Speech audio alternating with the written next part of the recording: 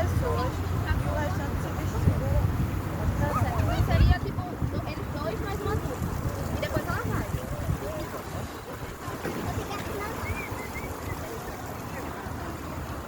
Bora obedecer. Tu vai pra qual? Casa Milene e Família. É.